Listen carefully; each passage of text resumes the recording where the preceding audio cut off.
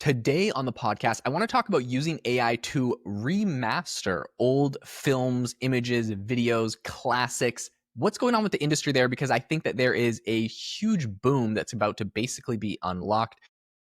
We've all seen an old VHS tape, and I feel like recently I've seen somewhere on an old TV, and I'm just like blown away by how, like, it sounds terrible, but like how low quality it feels compared to what we're so used to now. But of course, you get that retro feel, so that's kind of cool, and you don't really want to miss out on what it looked like back in the day. But the way of the future is basically using AI models right now to remaster a whole bunch of these older films for higher quality. And what's really blown me away is there's a huge project underway right now to do this for the classic Wizard of Oz movie. And they're not just trying to, increase the quality of the movie. They're actually building an entire experience over at the Las Vegas Sphere. So there's a ton that's going into that. They're using AI. It's absolutely fascinating. I'm going to dive in, and I'm also going to show you some clips if you're watching on Spotify or YouTube of what it's actually looking like, which blew me away, the special effects, but also what it means for the overall community for film in general. Is this going to be something that happens to every movie in the past? Are we going to try to keep some sort of historical accuracy in the quality? Like, basically, what does that look like in the future for the whole industry? I'll be diving into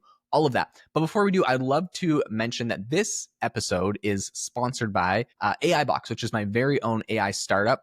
And I'd love for you to try it out if you haven't already. Basically, if you go to aibox.ai, you can get access to the top 40 different AI models. It's $20 a month, so you don't have to have subscriptions to all of the top AI models, but you can compare results from an AI, from a prompt side by side. So recently, I was asking it to generate an image, and I generated it with ideogram, flux, GPT image 1, which is basically what's built into ChatGPT.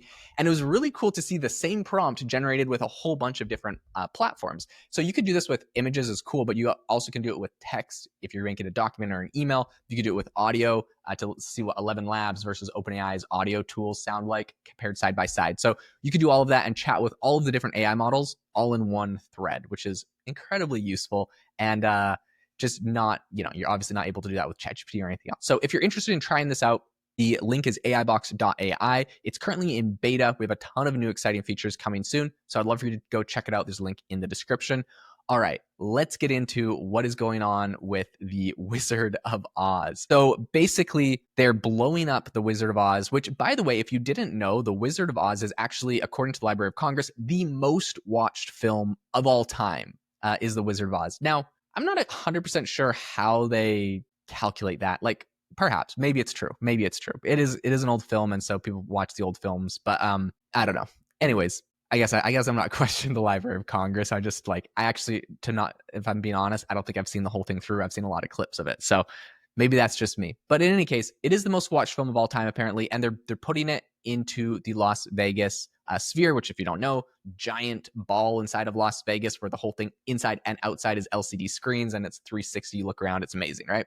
So what's interesting, though, is you can't just, they're not just taking the film and projecting it on like a 360, so you have to crane your neck and look in a circle to see everything that's going on. They are creating a whole new experience. So they're using AI to generate the edges to increase the size and doing a whole bunch of things to make it more immersive, to feel like you're inside of the movie, which is really interesting. They had some clips where they were sharing kind of what it looked like. They said apparently there's 2,000 people working on it, but I'm sharing a clip where basically you're inside of the tornado and the sphere all around you is showing you it's a tornado funnel, and then it's sucking you up, and it looks really, really impressive. But the thing that was pretty tricky with this whole movie was basically you can't just use a regular film for this experience. And also I would say the sphere is an interesting thing, and you might be like, who cares about the sphere? It's a tourist attraction. But I think it's interesting because this exact same concept and strategy that they're applying here is also going to be needed for VR, for Apple's headsets, for Meta's headset, or for anything else like that. If you want to watch these 360 movies, it's going to be the same concept. So I think it's not just going to be it's not oh man, no one else, no other movie company needs to do this because it's just the sphere. It's well, if you want to have these 360 immersive videos, I think a lot of people in the future would be interested in that. And so this is probably something that will happen more and more, in addition to maybe increasing quality or other things like that, which some people argue because they just love the artistic, authentic, old quality of something. So, I mean, that's a great viewpoint as well. In any case, this is going to be starting on August 28th that this movie is going to be premiered. Like I mentioned, there is a 2,000 person team that is currently working on this. And of course, the sphere is massive, 160,000 square feet. This kind of 360 experience. And of course, like ceiling too, which is so interesting, right? Because you got to like watch the movie straight ahead of you, but then like above you is going to be like whatever's in the sky of the movie. So they got to fill that in too, which is really interesting. So the CEO of the Sphere, James Dolan, it basically says that they're using AI to both increase the resolution of the existing film, right? They're going from like an old film to massive. And then they're also using it to expand the footage beyond the frame that was actually shot. So an example that they used is that this is from Ben Makuski, said that throughout the entire use of AI, he said, quote, a grainy close-up of Dorothy becomes richly detailed, and then through a process called outpainting, though it seems like magic, we see the rest of the Scarecrow, the Yellow Brick Road, and the Mountains of Oz, right? So basically, like in, the original shot, when the Scarecrow's kind of like dancing, his elbow goes off the screen and gets cut off. But if you're in like a huge sphere and you have to make it like 360, you need to fill in that elbow so that there's nothing beside it. And also you need a lot more space to the right and left of the shot. So they're basically what they said that they're trying to do is they said, this is Dolan. He said, quote, our standard on this was not to modify the film at all, but to try and bring you into the film as if you were in the studio when it was shot. So I think what's interesting is like there's the outpainting for sure, but they also said that in some cases, expanding the frame means that they actually have to create some new performances from the existing characters that weren't there originally. And so I guess that's like historically what people complain about the most. But I think overall, they're trying to stay true to the film. They're trying to basically make it the same film, and they just have to expand it a little bit. I think the concept is fascinating. I was recently editing a video over on Adobe Premiere, and they have a very interesting similar tool. Basically, I had a clip that needed to be synced up to something in particular, and the video was shorter than the audio I was syncing it to. And the video at the beginning of this particular clip was like pointing at like a rock, and then it panned over to something.